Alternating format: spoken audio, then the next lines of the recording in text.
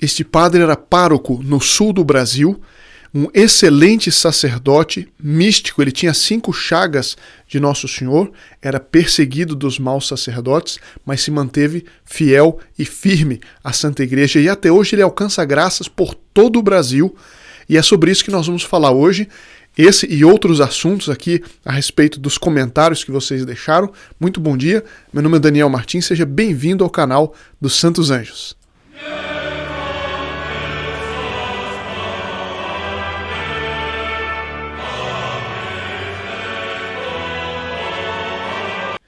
E hoje é o dia da Santa Missa, por todos aqueles que nesta semana se inscreveram no canal ou já estando inscritos, compartilharam os vídeos. Por que nós fazemos isso? Porque esse é um ato de apostolado. Então, em agradecimento a você ter feito esse esforço, não é? Numa época que é tão fácil se desviar a atenção, se distrair com tanta outra coisa que não tem importância, vocês que fizeram isso, então tem a Santa Missa também nas suas intenções, é celebrada hoje, na sexta-feira, mas isso é toda semana. Então aqueles que ainda não colocaram as suas intenções, podem colocar as suas intenções para a missa da semana que vem. Vou deixar aqui embaixo um link na descrição, certo?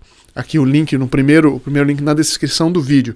E hoje eu queria tratar de comentários que vocês deixaram nos últimos vídeos, muito interessantes a respeito de vários assuntos, mas sobretudo esta semana a respeito do Padre Reuss.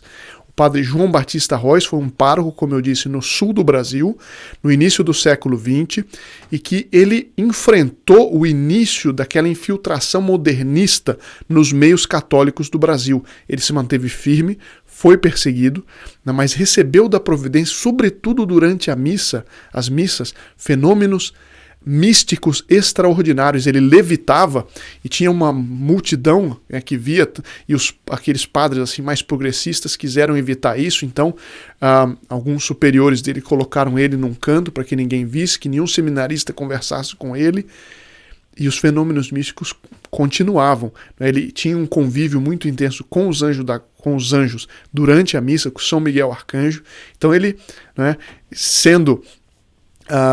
tendo vivido com a santidade que ele viveu, certamente um dia a Santa Igreja vai declará-lo como beato, depois como santo, mas nós já podemos comentar aquilo que muita gente sabe. E normalmente um santo, quando ele é assim declarado pela Igreja, é porque já há devoção a ele, já se conhece a vida dele, então se pode falar. O que não se pode fazer é prestar um culto público ao Padre Reuss, ou seja, ter uma missa votiva ao Padre Reuss antes dele ser canonizado, beatificado pela Igreja. Mas a vida dele e o exemplo dele devem nos inspirar, sobretudo tendo ele sido pároco no Brasil, tendo exercido a grande parte do seu ministério sacerdotal em terras brasileiras. Ele foi também diretor espiritual de Ceci Coni, mais tarde a irmã Maria Antônia, que também tinha fenômenos místicos, convivia com o anjo da guarda, e assim a gente aos poucos, apesar de ser muito escondido da gente, aos poucos a gente vai conhecendo a vida de brasileiros que foram realmente santos e que foram um grande exemplo para nós, em particular aqueles que viveram no século XX. Por quê? Porque eles enfrentaram essa infiltração dos erros assim chamados dos modernistas, dentro da Santa Igreja Católica. Eles enfrentaram isso e muito disso nós temos que enfrentar hoje. Aqui tenho então um comentário da Dona Kelly perguntando assim: Daniel, você com certeza já conhece o plano maçom contra a Igreja. Podemos acreditar em tudo isso que diz aquele artigo, aquele vídeo? Eu não sei exatamente de que vídeo é esse, Dona Kelly, mas isso a gente vê a infiltração desses erros na Santa Igreja, sobretudo ali na época em que viveu o Padre Reuss e que ele enfrentou uma tentativa de protestantizar a Igreja, de tirar o aspecto católico do sacerdócio, de transformar apenas em um serviço da comunidade, como eles dizem, um aspecto sobrenatural, o sacrifício da cruz renovado na Santa Missa. Depois começaram ideias socialistas a entrar na Igreja, depois veio a teologia da libertação, como fruto desses primeiros erros que o Padre Reuss enfrentou no início do século XX. Então a gente vê que o Padre Reuss é, nesse sentido, um padroeiro, ou será, quando canonizado, certamente o padroeiro oficial de todos aqueles que resistem a essa infiltração do erro dentro da Santa Igreja. São Luís Grignion de Montfort, ele explica isso, que o demônio, ele é um grande falsificador de moedas, só que ele não vai falsificar uma moedinha de 10 centavos. Ele vai falsificar uma nota de 200. Por quê? Porque não compensa falsificar aquilo que é muito pouco. Então ele não vai fazer um grande esforço para falsificar o protestantismo. Ele vai tentar falsificar aquilo que é verdadeiro, né? Aquilo que tem todo o valor da única igreja verdadeira. Então por isso que o esforço do demônio é de infiltrar. E essa infiltração vai criando essa crise. Alguém vai dizer, mas por que Deus permite? Outro dia um amigo estava me dizendo, ele ficou até de me mandar o material, mas que existe uma das aparições de Nosso Senhor que diz para uma santa, uma freira que recebia as revelações, e disse o seguinte: olha, quando eu quero castigar a humanidade, eu mando guerras, pestes, flagelos, assim, naturais, calamidades, enchentes. Mas quando o pecado chega num grau muito grande, eu permito, embora não queira, eu permito os maus sacerdotes, porque o estrago que faz um mau sacerdote, pelo fato dele, a missão dele é fazer o bem. Quando ele faz o mal, o estrago é muito grande. E é o que nós temos visto por aí.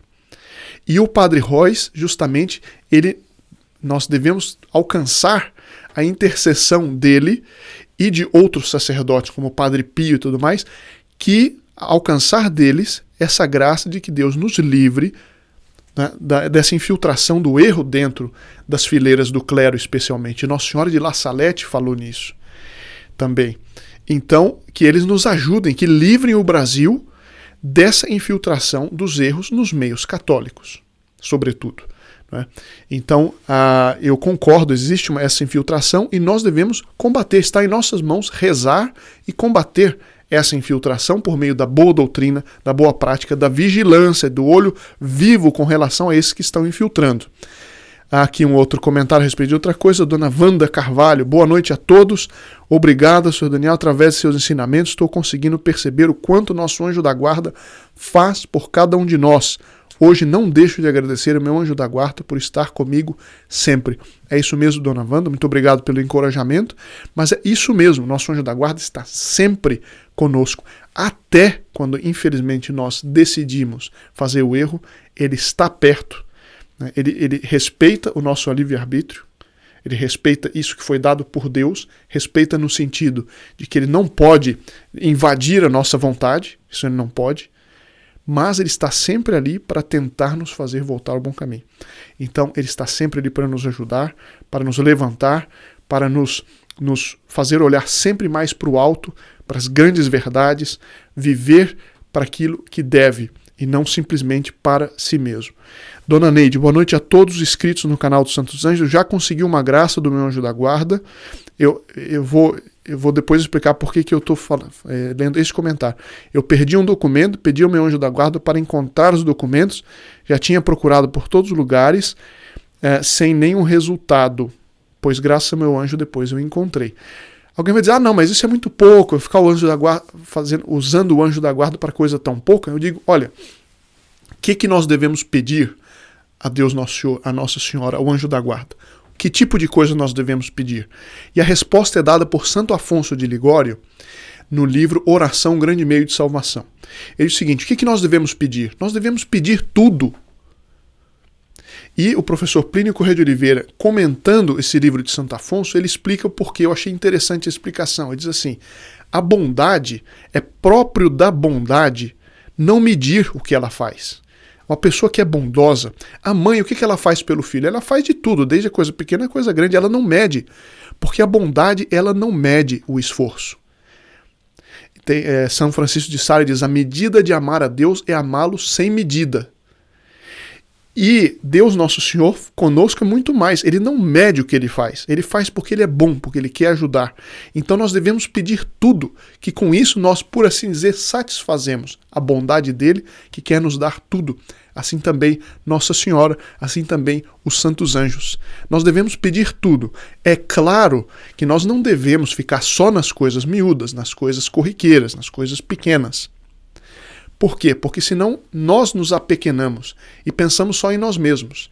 Então, para evitar o egoísmo, inclusive, nós devemos continuamente fazer um exercício de pedir grandes coisas, de pensar na situação da Santa Igreja no mundo como está, nessa paixão da Santa Igreja que a Santa Igreja está vivendo. Pensar, por exemplo, nisso, na situação do mundo, na situação do Brasil, e não pensar só em nós mesmos. Mas pedir também tudo para nós e para os nossos próximos. Portanto, é muito comum que os anjos nos ajudem a achar aquilo que é perdido, que ninguém encontra, e de repente a gente encontra por auxílio dos santos anjos. Então vale a pena pedir? Vale. Outro comentário aqui, já sobre o Padre Royce. Sou devotíssimo do Padre Royce, tive uma graça uns 10 anos atrás, e eu quero comentar, a dona Terezinha Dias Lima comentou aqui, fez até 2 ou 3 comentários muito interessantes, e essa graça eu considero um milagre maior do que uma cura física. Vamos ver o que diz aqui. Eu vou resumir um pouco. Estava na missa no santuário do Padre Royce, estava lotado, eu estava na parte de cima no coro, e na hora da comunhão, não sei explicar o que aconteceu, eu me perguntei na hora e me veio uma graça do Padre Royce que me dizia: filha, estás na graça do Senhor? Ela então teve um choque e ela entendeu que não. Ela era divorciada e recasada. E sentiu claramente que por isso estava no desagrado do Senhor. Me tornei celibatária ainda sem nunca ter me passado pela cabeça. Me tornei catequista até hoje. Agora sou viúva e celibatária, confesso uma vez por mês, etc. Dona Terezinha, isso eu considero uma graça muito maior, um milagre estupendo. Porque a quantidade de pessoas que chegam numa hora dessa e se justifica, tenta achar explicação, porque não sei quanto, porque pode, porque não pode, tem até padre, bispo tentando justificar isso, e não tem justificativa. A pessoa que não está na graça de Deus, está em estado de pecado, ela não pode comungar. Porque isso é um sacrilégio. Agora, para a pessoa aceitar isso nessa era em que tudo se fala misericórdia, misericórdia, misericórdia, e onde é que estão os direitos de Deus? Então, para a pessoa reconhecer isso e mudar de vida, é um milagre estupendo, não é, que o Padre Royce fez. Então, meus parabéns e muito obrigado por ter declarado isso, que dá ocasião da gente tratar a respeito disso. Dona Jorgelina, estou amando esse canal, estou aprendendo muito, acho que estou até melhor na fé. Olha, isso é um consolo para nós muito grande. Por quê? Porque se alguém aumenta na fé, na devoção a Nossa Senhora, dos Santos Anjos, na compreensão da verdadeira doutrina católica, conseguir isso de uma pessoa já vale a pena todo o esforço. Então, eu fico realmente muito contente com isso.